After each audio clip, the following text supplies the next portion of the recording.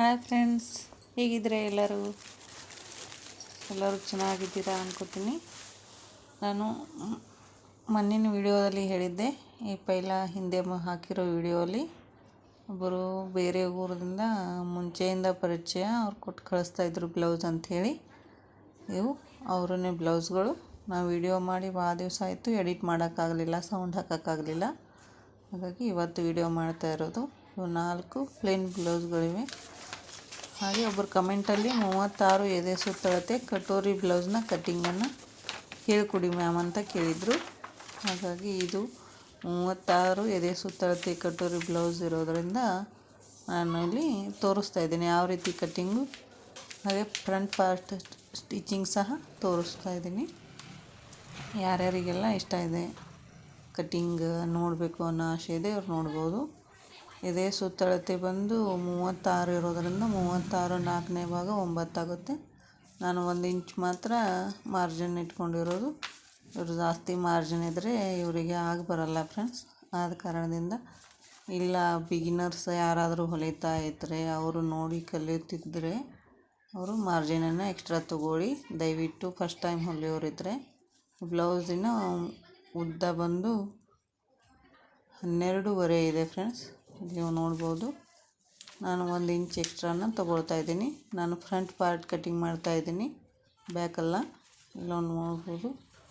ಹಾಗಾಗಿ 13.5 ತೊಗೊಂಡಿದ್ದೀನಿ, 1 inch extra ತೊಗೊಂಡಿದ್ದೀನಿ. ಮತ್ತು ಈಗ ನಾವು ಸುತ್ತಳತೆ ಬ್ಲೌಸಿನ ಸುತ್ತಳತೆ ಬಂದು 29 ಇದೆ.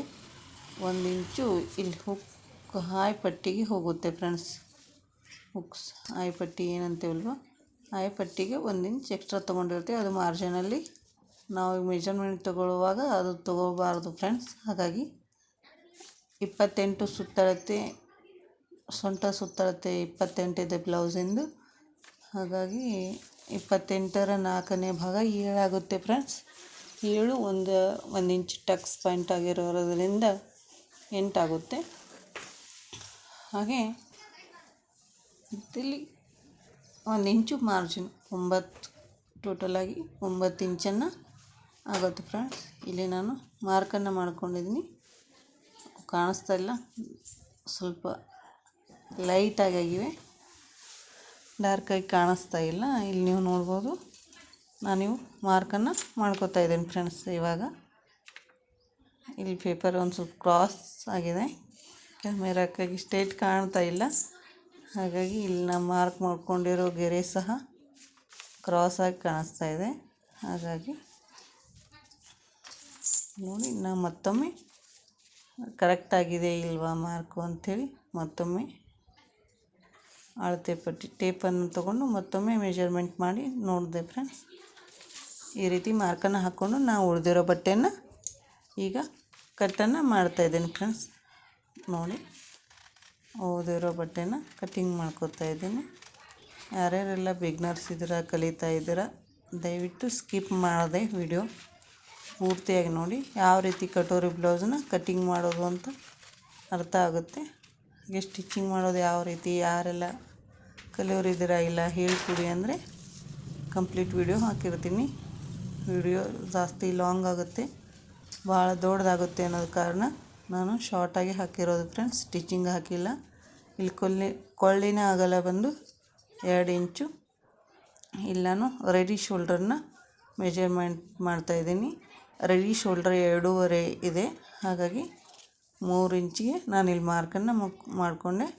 ಹಾಗೆ ಕೊಳ್ಳಿನ ಉದ್ದ ಬಂದು 5.5 ಇದೆ ಫ್ರೆಂಡ್ಸ್. ಹಾಗೆ ಆರ್ಮೋಲಿನ ಉದ್ದ, ಕಂಕಳಿನ ಸುತ್ತಳತೆ ಬಂದು ಅದನ್ನು 5.5 ತೊಗೋತಾ ಇದ್ದೀನಿ. ಇಲ್ಲ ಜಾಸ್ತಿ ದಪ್ಪ ಇದ್ದರೆ ಮಾತ್ರ ನಾವು 6, 6.5 ಈ ರೀತಿ ತೊಗೊಳ್ಬೇಕಾಗುತ್ತೆ. ನಾರ್ಮಲ್ 40 ಮೆಜರ್ಮೆಂಟ್ವರೆಗೂ ನಮಗೆ ಆರ್ಮೋಲಿನ ಸುತ್ತಳತೆ 5.5 ತೊಗೊಂಡ್ರೆ ನಡೆಯುತ್ತೆ ಫ್ರೆಂಡ್ಸ್. ಜಾಸ್ತಿ ತೊಗೊಳ್ಳೋ ಅಗತ್ಯ ಇಲ್ಲ. ಇಲ್ಲಿ ನೀವು ನೋಡ್ಬೋದು. ನಾನು ಈ ರೀತಿ ಮಾರ್ಕನ್ನು ಮಾಡ್ಕೋತಾ ಇದ್ದೀನಿ. ಕೊಳ್ಳು ಹಾಗೆ ಆರ್ಮೋಲು. ಇಲ್ಲಿ ನೋಡಿ ಫ್ರೆಂಡ್ಸ್, ಆರ್ಮೋಲಿನ ಸುತ್ತಳತೆ ಯಾವ ರೀತಿ ಕಟೋರಿ ಬ್ಲೌಸಿಗೆ ಯಾವ ರೀತಿ ತೊಗೊಳ್ಳೋದು ಅಂದರೆ 1.25 ಮತ್ತು ಹೊರಭಾಗಕ್ಕೂ 1.25. ಯಾಕಂದರೆ ನಾವು ಕಟೋರಿದ ಮಧ್ಯಭಾಗವನ್ನು, ಈ ಕಡೆ ಆರ್ಮೋಲು ಈ ಕಡೆ ಕಟೋರಿಯ ಮಧ್ಯಭಾಗವನ್ನು 2.5 ಇಂಚು ಅಗಲ ತಗೋಬೇಕಾಗುತ್ತೆ ಫ್ರೆಂಡ್ಸ್. ಆದ ಕಾರಣದಿಂದ ಹಾಗಾಗಿ ಇಲ್ಲ ನಾರ್ಮಲ್ ಬ್ಲೌಸ್ ಆದರೆ ನಾವು ಆರ್ಮೋಲಿನ ಸುತ್ತಳತೆ ರೌಂಡನ್ನು 1 ಇಂಚಿಗೆ ತಗೊಳ್ಬೇಕಾಗುತ್ತೆ ಫ್ರೆಂಡ್ಸ್.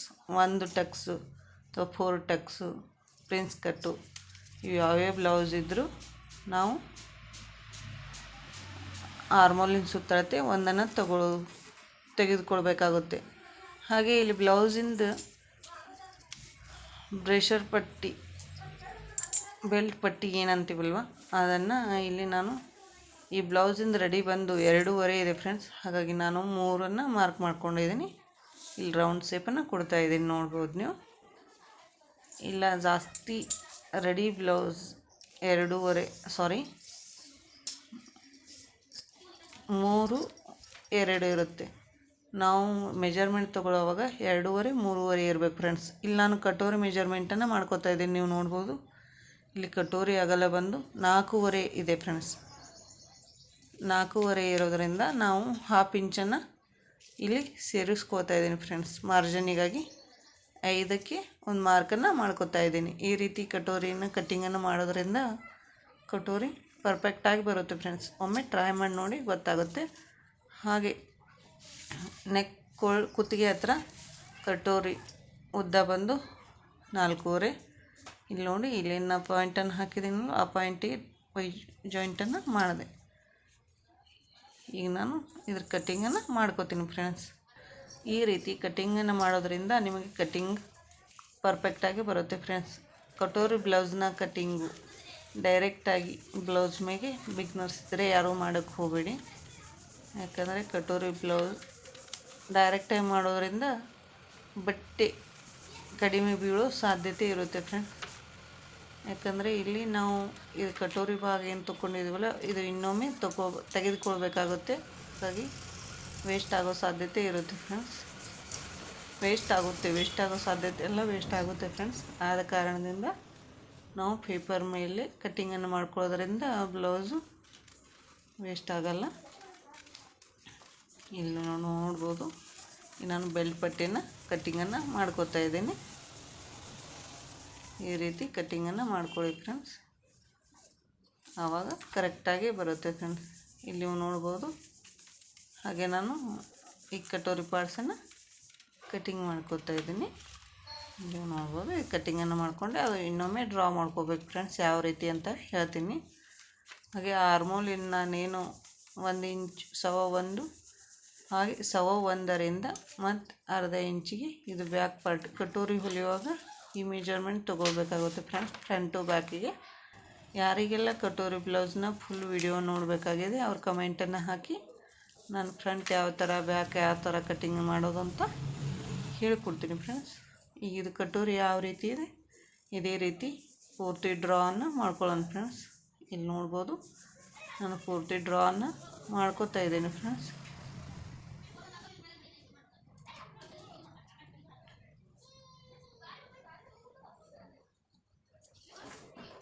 ನೋಡಿ ಫ್ರೆಂಡ್ಸ್, ಈ ರೀತಿ ಡ್ರಾವನ್ನು ಮಾಡ್ಕೋಬೇಕಾಗುತ್ತೆ.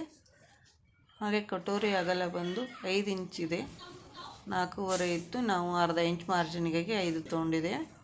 5 ಸೆಂಟರ್ ಪಾಯಿಂಟನ್ನು 2.5ಗೆ ಮಾರ್ಕನ್ನು ಮಾಡ್ಕೋಬೇಕಾಗುತ್ತೆ ಫ್ರೆಂಡ್ಸ್. 2.5ಗೆ ಉದ್ದ ಬಂದು 1.5 ಇಂಚು, 1.25 1.5 ಇಂಚಿಗೆ ಮಾರ್ಕನ್ನು ಮಾಡ್ಕೊಂಡಿನಿ ಫ್ರೆಂಡ್ಸ್. ಹಾಗೆ ಕಟೋರಿ 2 ಬದಿಯಲ್ಲಿ ಸೈಡಿಗೆ ಸೀದಾ ಲೈನನ್ನು ಡ್ರಾ ಮಾಡ್ಕೋಬೇಕಾಗುತ್ತೆ.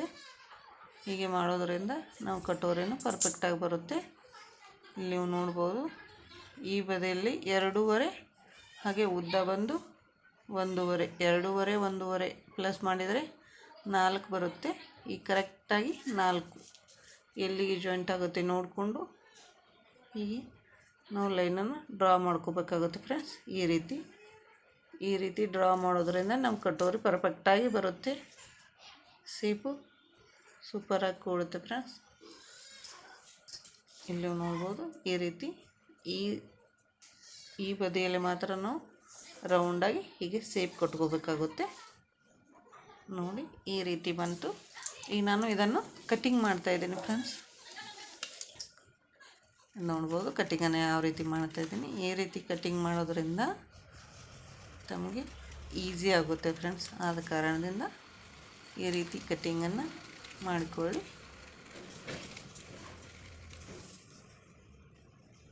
ನೋಡಿ ಇದು ಯಾವ ರೀತಿ ಕಟ್ಟಿಂಗನ್ನು ಬರ್ತಾಯಿದೆ ಅಂಥೇಳಿ.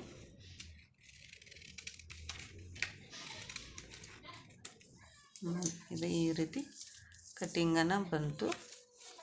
ಇವಾಗ ಇವೆರಡು ತುದಿಯನ್ನು ಜೋಡಿಸಿದಾಗ ಈಗ ಕರೆಕ್ಟಾಗಿ ಬರಬೇಕು ಫ್ರೆಂಡ್ಸ್. ಸೆಂಟರ್ ಪಾಯಿಂಟನ್ನು ಆ ಕಡೆ ಈ ಕಡೆ ಆಗಬಾರ್ದು. ಹೀಗೆ ಕಟ್ಟಿಂಗ್ ಬಂದರೆ ಬ್ಲೌಸನ್ನು ಪರ್ಫೆಕ್ಟಾಗಿ ಬರುತ್ತೆ. ಇಲ್ಲಿ ನೋಡ್ಬೋದು ನಾ ಟಕ್ಸ್ ಯಾವ ರೀತಿ ಬರುತ್ತೆ ಅಂತ ತೋರಿಸ್ತಾ ಇದ್ದೀನಿ.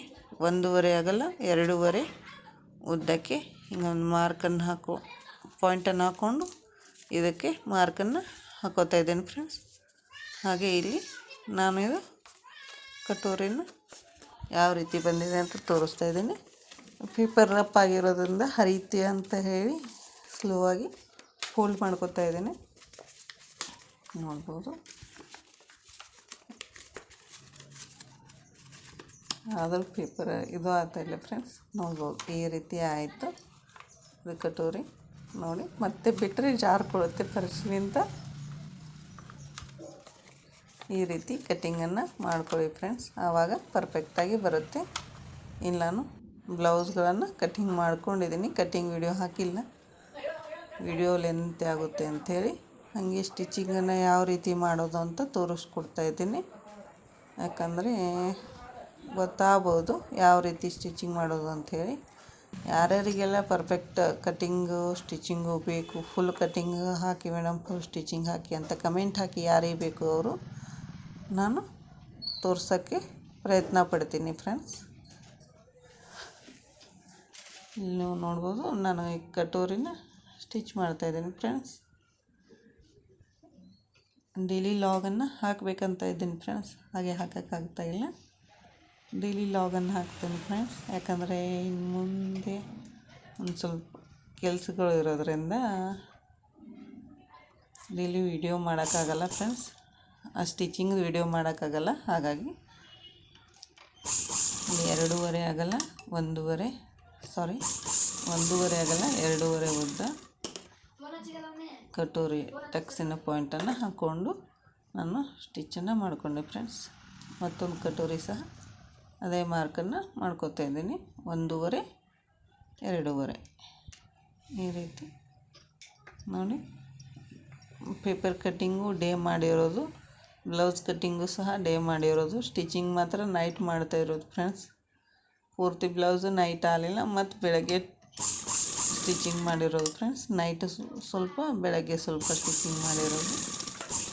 ಹಾಗೆ ಕೊನೆಯಲ್ಲಿ ಬ್ಲೌಸ್ ಯಾವ ರೀತಿ ಬಂದಿದೆ ಅಂಥೇಳಿ ಸಹ ತೋರಿಸ್ತೀನಿ ಫ್ರೆಂಡ್ಸ್ ನಾನು. ಇಲ್ಲಿ ನೋಡ್ಬೋದು ನೋಡಿ, ಇವೆರಡು ಕಟೋರಿನ ಎಷ್ಟು ಚೆನ್ನಾಗಿ ಬಂದಿವೆ ಅಂಥೇಳಿ. ಹಾಗೆ ಬ್ಲೌಸ್ಗಳನ್ನು ಆಗಲೇ ಅವ್ರ ಊರಿಗೆ ಹೋದು ಫ್ರೆಂಡ್ಸ್. ವಿಡಿಯೋ ಹಾಕೋಕ್ಕಾಗಲಿಲ್ಲ, ಮಾಡಿ ಭಾಳ ದಿವಸ ಆಯಿತು, ಸೌಂಡ್ ಹಾಕೋಕ್ಕಾಗಲಿಲ್ಲ ಫ್ರೆಂಡ್ಸ್. ಹಾಗಾಗಿ ಈಗ ಸೌಂಡ್ ಹಾಕ್ತಾಯಿದ್ದೇನೆ. ಅವ್ರು ಹೊಳ್ಳಿ ರಿಪ್ಲೈ ಸಹ ಮಾಡಿದರು, ಇಲ್ಲ ಬ್ಲೌಸ್ ಸೂಪರಾಗಿ ಬಂದಿವೆ ಅಂಥೇಳಿ. ನಾವು ಒಂದೇ ಬ್ಲೌಸ್ ಬಂದರೂ ಸಹ ಬ್ಲೌಸ್ ಸರಿಯಾಗಿದೆ, ಚೆನ್ನಾಗಾಗಿದೆ ಅಂತ ಹೇಳಿದರೆ ಅದ್ರ ಖುಷಿನೇ ಬೇರೆ ಇರುತ್ತೆ ಫ್ರೆಂಡ್ಸ್. ಇಲ್ಲಿ ನೋಡ್ಬೋದು ಈ ರೀತಿ ಕಟೋರಿನ ಜಾಯಿಂಟ್ ಮಾಡ್ಕೊತಾ ಇದ್ದೀನಿ ಸೈಡಿನ ಪಾರ್ಟಿಗೆ. ನೋಡ್ಬೋದು ಈ ರೀತಿ ಜಾಯಿಂಟ್ ಆಯಿತು. ಈಗ ಮತ್ತೊಂದು ನೆಕ್ಸ್ಟ್ ಇನ್ನೊಂದು ಭಾಗದ ಕಟೋರಿನ ಜಾಯಿಂಟ್ ಮಾಡ್ತಾಯಿದ್ದೀನಿ.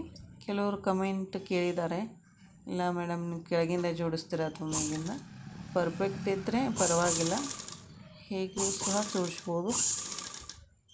ಇಲ್ಲ ಬಿಗ್ನರ್ಸ್ ಹೊಸಬ್ರು ಯಾರಾದರೂ ಇದ್ದರೆ ಮೇಲಿಂದನೇ ಜೋಡಿಸ್ಬೇಕು, ಬನ್ನಿ ಕರೆಕ್ಟಾಗಿ ಬರುತ್ತೆ.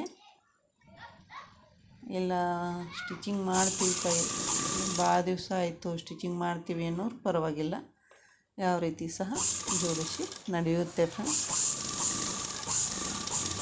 ಇಲ್ಲಿ ನೋಡ್ಬೋದು ನಾನು 2 ಕಟೋರಿನ ಸೈಡಿನ ಪಾರ್ಟ್ಸಿಗೆ ಜಾಯಿಂಟ್ ಮಾಡಿದ್ದಾಯಿತು. ಇನ್ನು ಬೆಲ್ಟ್ ಪಟ್ಟಿ ಯಾವ ರೀತಿ ಜಾಯಿಂಟ್ ಮಾಡೋದು ಅಂಥೇಳಿ ನಾನು ಇದರಲ್ಲಿ ತೋರಿಸ್ತಾ ಇದ್ದೀನಿ.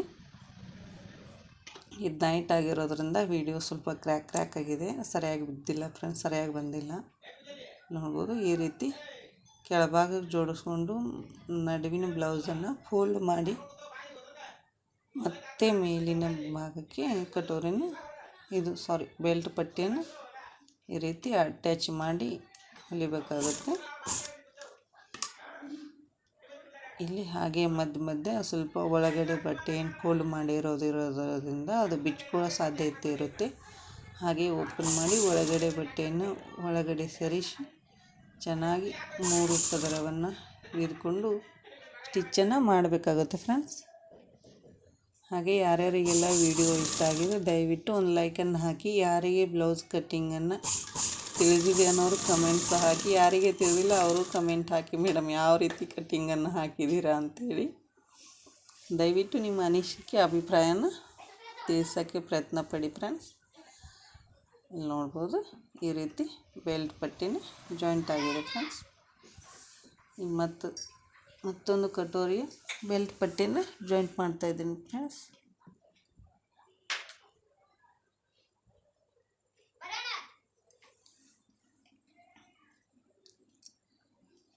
ನೋಡಿ ಇದನ್ನು ಸಹ ಅದೇ ರೀತಿಯಲ್ಲಿ ಜಾಯಿಂಟನ್ನು ಮಾಡ್ಕೊತಾ ಇದ್ದೀನಿ ಬೆಲ್ಟ್ ಪಟ್ಟಿನ. ಯಾರ್ಯಾರಿಗೆಲ್ಲ ಕಟೋರಿ ಬ್ಲೌಸ್ ಕಟ್ಟಿಂಗ್ ಅರ್ಥವಾಗಿದೆ ಅಂತ ಕಮೆಂಟ್ ಮಾಡಿ. ಅರ್ಥ ಆಗಲಾರವ್ರು ಸಹ ಅರ್ಥ ಆಗಿಲ್ಲ ಅಂತೇಳಿ ಕಮೆಂಟ್ ಮಾಡಿ, ಮತ್ತೊಮ್ಮೆ ಸರಿಯಾಗಿ ಎಕ್ಸ್ಪ್ಲೇನ್ ಮಾಡೋಕ್ಕೆ ಪ್ರಯತ್ನ ಪಡ್ತೀನಿ. ಡೈಲಿ ಲಾಗನ್ನು ಹಾಕೋಕ್ಕೆ ಪ್ರಯತ್ನ ಪಡ್ತೀನಿ. ಸ್ಟಿಚಿಂಗ್ ವಿಡಿಯೋ ಹಾಕ್ತೀನಿ ಪರವಾಗಿಲ್ಲ, ಆದರೆ ಡೈಲಿ ಲಾಗ್ ಹಾಕಬೇಕು ಅನ್ಕೋತಾ ಇದ್ದೀನಿ ಫ್ರೆಂಡ್ಸ್. ನೋಡ್ಬೋದು ಏನಾಗುತ್ತೆ ಅಂತ ಗೊತ್ತಿಲ್ಲ, ಹಾಕೋಕ್ಕೆ ಪ್ರಯತ್ನ ಪಡ್ತೀನಿ ಡೈಲಿ ಲಾಗನ್ನು. ನೋಡಿ ಫ್ರೆಂಡ್ಸ್ ಇವೆರಡು ಆಗಿವೆ. ಇದು ನೈಟು ಈ ಡೇಯಲ್ಲಿ ಬ್ಲೌಸನ್ನು ಹೇಗೆ ಕಾಣಿಸ್ತಿದೆ ಅಂತ ನೋಡಿ.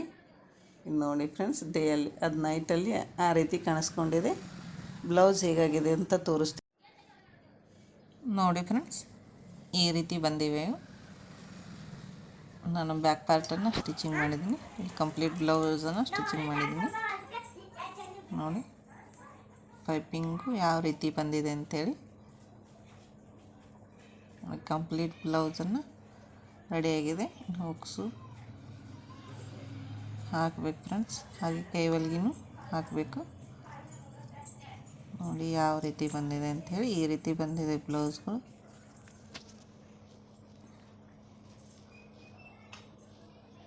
ನೋಡಿ ಮತ್ತೊಂದು ಬ್ಲೌಸ್ ಸಹ ತೋರಿಸ್ತಾ ಇದ್ದೀನಿ ನೋಡಿ. ಇನ್ನೆರಡು ಬ್ಲೌಸನ್ನು ನಾನು ಹುಕ್ಸಕ್ಕೆ ಕೊಟ್ಟಿದ್ದೀನಿ ಫ್ರೆಂಡ್ಸ್. ಇವೆರಡು ನನ್ನ ಹತ್ರನೇ ಇರೋದು. Thank you.